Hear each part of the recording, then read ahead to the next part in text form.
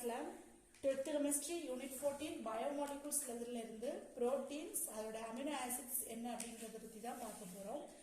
So already நம்ம biomoleculesல carbohydrates பார்த்திருந்தோம் இல்லையா? carbohydrates அப்படிங்கிறது அதாவது கார்பன், ஹைட்ரஜன், ஆக்சிஜன் மூணு எலிமெண்ட்ஸ் கம்பைன் ஆகி ப்ரொடியூஸ் பண்ணக்கூடிய ஒரு பயோமாலிகூல் தான் நம்ம கார்போஹைட்ரேட்ஸ் அப்படின்னு பார்த்திருந்தோம். ஸோ அதே மாதிரி அடுத்ததா என்ன பார்க்க போறோம் பயோமாலிகூல்ல புரோட்டீன்னா என்ன, அது எப்படி கம்போஸ்டா இருக்கு அப்படிங்கறது தான் பார்க்க போறோம். ஸோ இந்த புரோட்டீன் எதாலெல்லாம் ஆனது அப்படி என்னென்ன எலிமெண்ட்ஸ் கம்பைண்டா இருக்கும்னு பாத்தீங்கன்னா கார்பன், ஹைட்ரஜன் அண்ட் ஆக்சிஜன். இந்த மூணு எலிமெண்ட்ஸ் சேர்ந்து இருக்கு, நைட்ரஜன் இருக்கக்கூடிய என்னது நைட்ரஜன். இந்த நாலு எலிமெண்ட்ஸும் கம்பைண்டா இருக்கக்கூடியதை நம்ம என்ன சொல்லுவோம் புரோட்டீன் அப்படின்னு சொல்றோம். So it is a most abundant biomolecules அப்படின்னு சொல்றோம். எதனாலனா ரொம்பவே நம்ம பாடியில ரொம்பவே முக்கியமான ஒரு பயோமாலிகூல் என்னன்னு பாத்தீங்கன்னா இந்த புரோட்டீன் தான். அதாவது நம்மளுடைய பாடியில இருக்கக்கூடிய ஒவ்வொரு செல்ஸும் இல்ல டிஷ்யூஸும் அது கரெக்டா க்ரோத் ஆகுறதுக்கு, ஒவ்வொரு ஆர்கன்ஸும் கரெக்டா ஃபங்க்ஷனிங் ஆகுறதுக்கு எல்லாத்துக்குமே இந்த புரோட்டீன் நமக்கு ரொம்ப முக்கியமான ஒரு பயோமாலிகூலா இருக்கு. அதாவது என்ன சொல்றாங்கன்னா ஒரு மேன் ஒரு ஹியூமன் பீயிங் எடுத்தோம் அப்படின்னா அவங்களுடைய 1 kg வெயிட்டுக்கு at least 0.82 gram protein per day அவங்களுக்கு தேவைப்படுது அப்படின்னா அந்த அளவுக்கு ரொம்ப முக்கியமான ஒரு பயோமாலிகூல் தான் இந்த புரோட்டீன் அப்படிங்கிறது. அதனாலதான் இதை நம்ம என்ன சொல்றோம் மோஸ்ட் அபண்டன்ட் பயோமாலிகூல். இருக்கிற பயோமாலிகூல் எல்லாம் பார்த்தோம் அப்படின்னா ரொம்ப தேவைப்படக்கூடிய ரொம்ப அதிகமா யூஸ் பண்ணக்கூடிய ஒரு மாலிகூல் தான் என்னது புரோட்டீன் அப்படிங்கிறது. ஸோ இது நேம் எப்படி வந்துச்சு அப்படின்னு பாத்தீங்கன்னா புரோட்டியஸ் அப்படிங்கிற கிரீக் வேர்ட்ல இருந்து தான் புரோட்டீன் அப்படிங்கிற ஒரு நேம் வந்திருக்கு. அதாவது இதுக்கு மீனிங் என்னன்னு பார்த்தோம் அப்படின்னா primary are holding first place. Primary அப்படிங்கிறது என்னது பிரைமரி சோர்ஸ் அப்படின்னு சொல்லுவோம்ல, முதன்மையானது. ரொம்ப அதான் நம்ம மோஸ்ட் அபண்டன்ட்லயே மீனிங் இருக்கு, ரொம்ப முதன்மையானது. ஹோல்டிங் ஃபர்ஸ்ட் பிளேஸ் நம்ம இருக்கக்கூடிய carbohydrates, protein, amino acids, nucleic acids என்னது பார்த்தாலுமே நம்ம உடம்புல ரொம்ப முக்கியமா தேவைப்படக்கூடிய மற்ற அதர் பயோமாலிகூல்லையும் ரொம்ப முக்கியமான ஒரு பயோமாலிகூல் அப்படிங்கிறது இந்த புரோட்டீன் தான். ஃபங்க்ஷன்ஸ் ஆஃப் ஆல் செல்ஸ், அதாவது நிறைய சொன்னேன் எல்லா செல்ஸும் நம்ம பாடியில் இருக்கக்கூடிய ஒவ்வொரு செல்ஸும் கரெக்டா ஃபங்க்ஷனிங் ஆகணும் அப்படின்னா நமக்கு புரோட்டீன் ரொம்ப முக்கியம். ஸோ இந்த புரோட்டீன் எதாவது ஆனது அப்படின்னு பார்த்தீங்கன்னா polymer of alpha amino acid. அதாவது பாலிமர் அப்படிங்கிறது என்ன சொல்லுவோம் லாங் செயின், ஒன்னோட ஒன்று ஒரு ஸ்மால் செயின் ஒன்னோட ஒன்று சேர்ந்து இருக்கக்கூடிய அந்த லாங் செயின் ஆஃப் ஒரு காம்பவுண்ட தான் நம்ம என்னன்னு சொல்றோம் பாலிமர் அப்படின்னு சொல்றோம். ஸோ எதோட லாங் செயின் பார்த்தீங்கன்னா அமினோ ஆசிட்டோட லாங் செயின். அமினோ ஆசிட் ஃபார்ம்ல என்னன்னு பார்த்தீங்கன்னா இதுதான் அதோட ஜெனரல் ஃபார்முலா. அதாவது RCHNH2COOH. இதுல என்னெல்லாம் குரூப் இருக்கீங்கன்னு பாத்தீங்கன்னா இதுல ஃபர்ஸ்ட் ஒரு அமின் குரூப் இருக்கு, இதுல ஒரு கார்பாக்சிலிக் ஆசிட் குரூப் இருக்கு, இதுல ஒரு ஆல்கைல் காம்பவுண்ட் இருக்கு, அப்புறம் ஒரு ஹைட்ரஜன். இது இவ்வளவு சேர்ந்ததுதான் நம்ம என்ன சொல்றோம் அமினோ ஆசிட் அப்படின்னு சொல்றோம். சோ எதனால ஆல்பா அமினோ ஆசிட் சொல்றேன்னு பாத்தீங்கன்னா இப்ப இதுல COOH என்னன்னு சொல்லுவோம் ஆசிட்னு சொல்லுவோம். இதை ஃபங்க்ஷனல் காம்பவுண்ட்ஸ் சொல்லலாம் இல்லையா, ஃபங்க்ஷனல் குரூப். சோ இந்த ஃபங்க்ஷனல் குரூப்புக்கு பக்கத்துல இருக்கக்கூடிய கார்பன் தான் நம்ம என்னன்னு சொல்றோம்னா ஆல்பா கார்பன் அப்படின்னு சொல்லக்கூடியது. சோ இந்த ஆல்பா கார்பன் கூட NH2 கம்பைண்டா இருக்கிறதுனால பாண்டடா இருக்கிறதுனால இது ஆல்பா அமின். NH2ங்கிறது என்னது அமின். அப்ப ஆல்பா அமினோ ஆசிட் அந்த மாதிரி தான் நேம் கொடுத்துருக்காங்க. அப்போ இதே மாதிரி ஒரு 20 இது ஒரு அமினோ ஆசிட் சொல்லுவோம். ஸோ இதே மாதிரி ஒரு 20 ஆல்பா அமினோ ஆசிட்ஸ் கம்பைண்டா ஒரு லாங் செயினா ஃபார்ம் பண்ணக்கூடிய அந்த மாலிகுலை தான் நம்ம என்னன்னு சொல்றோம் புரோட்டீன் அப்படின்னு சொல்றோம். ஸோ ஜஸ்ட் ஒரு இன்ட்ரோடக்ஷன் உங்களுக்கு கிடைச்சிருக்கும்னு நினைக்கிறேன். புரோட்டீன்ங்கிறது ரொம்ப அபண்டன்டான ஒரு மாலிகுல். இது புரோட்டியஸ் அப்படிங்கிற நேம்ல எடுத்துக்காங்க. நம்மளுடைய பாடியில ரொம்ப தேவைப்படக்கூடிய ஒரு பயோமாலிகுல் தான் இது. 20 ஆல்பா அமினோ ஆசிட்ஸோட ஒரு பாலிமர் செயின் தான் நம்ம என்னன்னு சொல்லக்கூடியது புரோட்டீன் அப்படின்னு சொல்லக்கூடியது. ஸோ நெக்ஸ்ட் அமினோ ஆசிட்ஸ் என்னன்னு பார்க்கலாம். ஸோ அமினோ ஆசிட்ஸ் ஆல்ரெடி நம்ம இதோட ஜெனரல் ஃபார்முலா பார்த்துட்டோம். என்னெல்லாம் இருக்குன்னு சொன்னோம், ஒரு அமின் குரூப் இருக்கு, ஒரு ஆசிட் குரூப் இருக்கு இல்லையா, கார்பாக்சிலிக் ஆசிட் குரூப் இருக்கு. So it contains amino group and carboxylic acid group. அது கூட என்ன இருக்கும்னா ஒரு அல்கைல் காம்பவுண்ட் கூட இருக்கும். ஸோ இதான் வந்துட்டு இந்த அமினோ ஆசிட்டோட ஒரு ஜெனரல் ஃபார்முலா.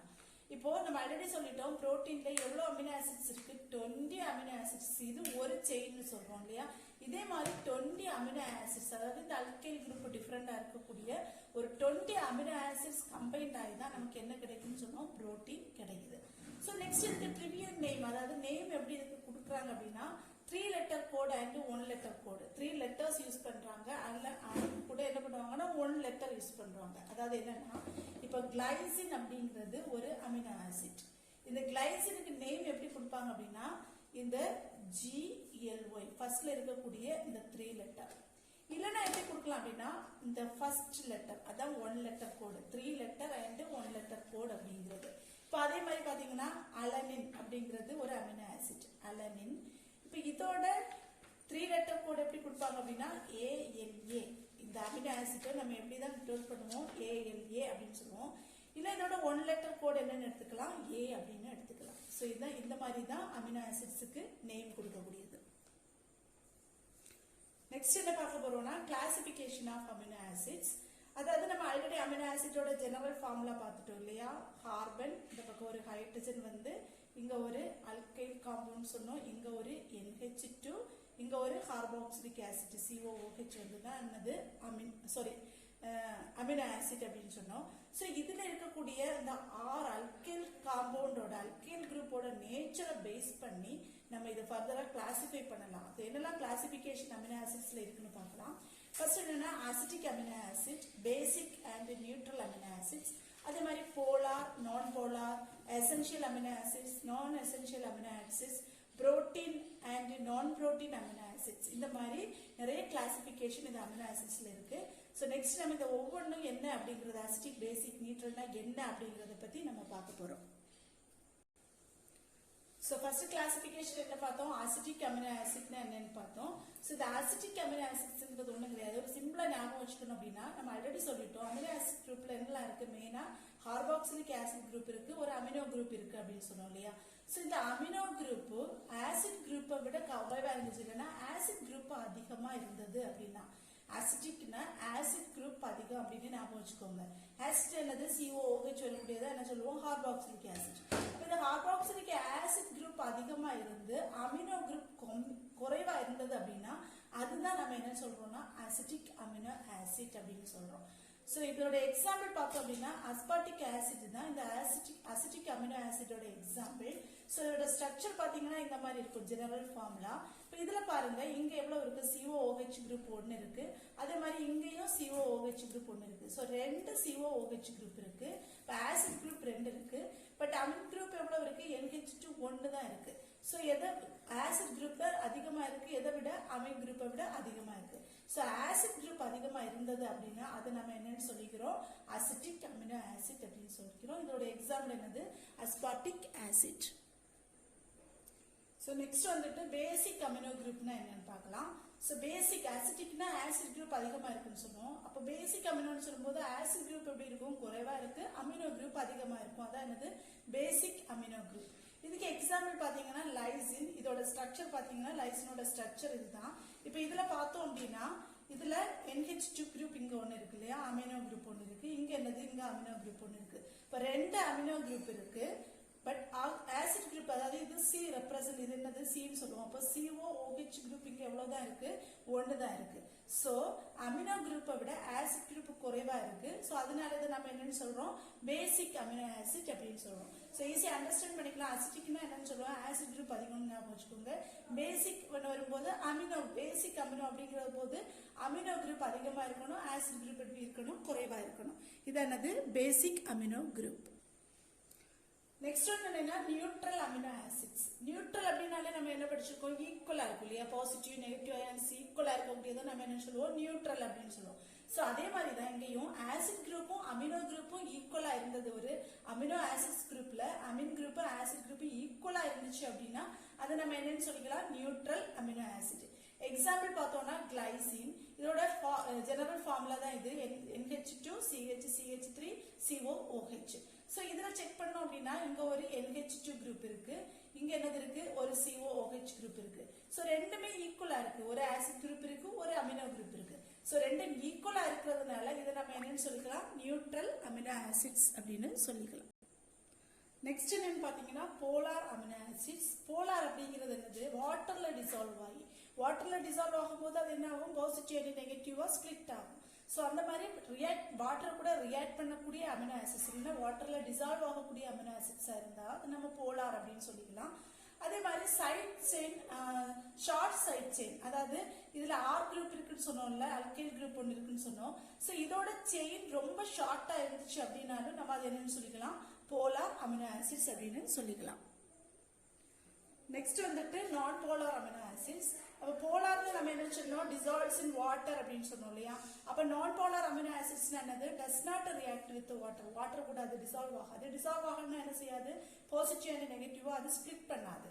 அதே மாதிரி இன்னொன்று என்ன சொன்னோம், நான் போலார்னா அந்த அல்கைல் காம்பவுண்ட் அது ஷார்ட்டா இருந்துச்சு அப்படின்னா அது நம்ம என்ன சொல்லுவோம், போலார் அப்படின்னு சொன்னோம். ஆனா நான் போலார்னா என்னது, லாங் சைட் செயின். அந்த அல்கைல் காம்பவுண்ட் ரொம்ப லெந்தியா இருந்தது, லாங்கா இருந்துச்சு அப்படின்னா, அந்த சைட் செயின் ரொம்ப லாங்கா இருந்து லெந்தியா இருந்துச்சு அப்படின்னா அதை நம்ம என்னன்னு சொல்லிக்கலாம், நான் போலார் அமினோ ஆசிட்ஸ்.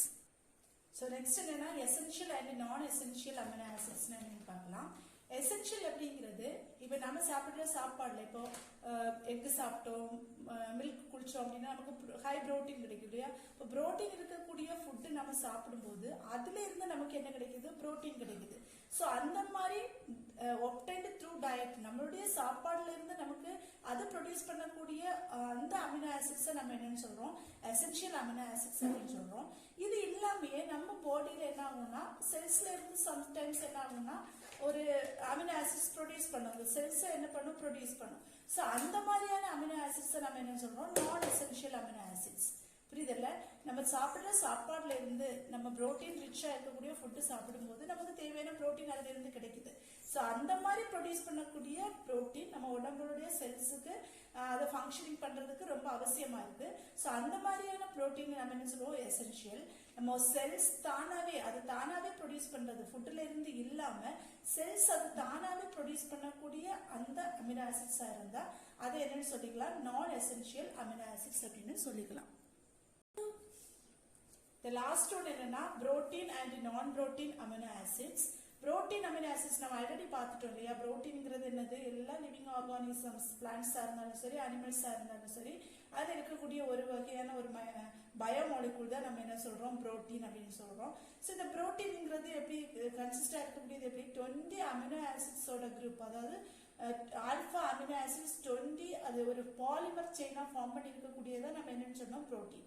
ஸோ இந்த 20 அமினோ ஆசிட்ஸ்ல இந்த 20 ஆல்பா அமினோ ஆசிட்ஸ் சேர்ந்து புரோட்டீனா ஃபார்ம் பண்ணியிருக்கோம்ல, அந்த அமினோ ஆசிட்ஸை நம்ம என்னன்னு சொல்றோம்னா புரோட்டீன் அமினோ ஆசிட்ஸ் அப்படின்னு சொல்றோம். ஸோ இது இல்லாமையே என்ன சொல்றாங்கன்னா other amino acids found in cells, இந்த புரோட்டீன் செயின்ல இன்வால்வ் ஆகாமையும் அந்த செல்ஸ்ல இன்னும் நிறைய அமினோ ஆசிட்ஸ் அது இருக்குமா, அந்த புரோட்டீன் செயின்ல ஃபார்ம் பண்ணாம இருக்கக்கூடிய அந்த அமினோ ஆசிட்ஸ் தான் நம்ம என்னன்னு சொல்றோம், நான் புரோட்டீன் அமினோ ஆசிட்ஸ் அப்படின்னு சொல்றோம். புரியுதுல, ரொம்ப சிம்பிளான ஒரு கான்செப்ட் தான். புரோட்டீன் அமினோ ஆசிட்ஸ் அப்படிங்கிறது அமினோ ஆசிட்ஸ் கம்பைன்ட் ஆகி தான் நமக்கு என்ன கிடைக்குது, புரோட்டீன் கிடைக்குது.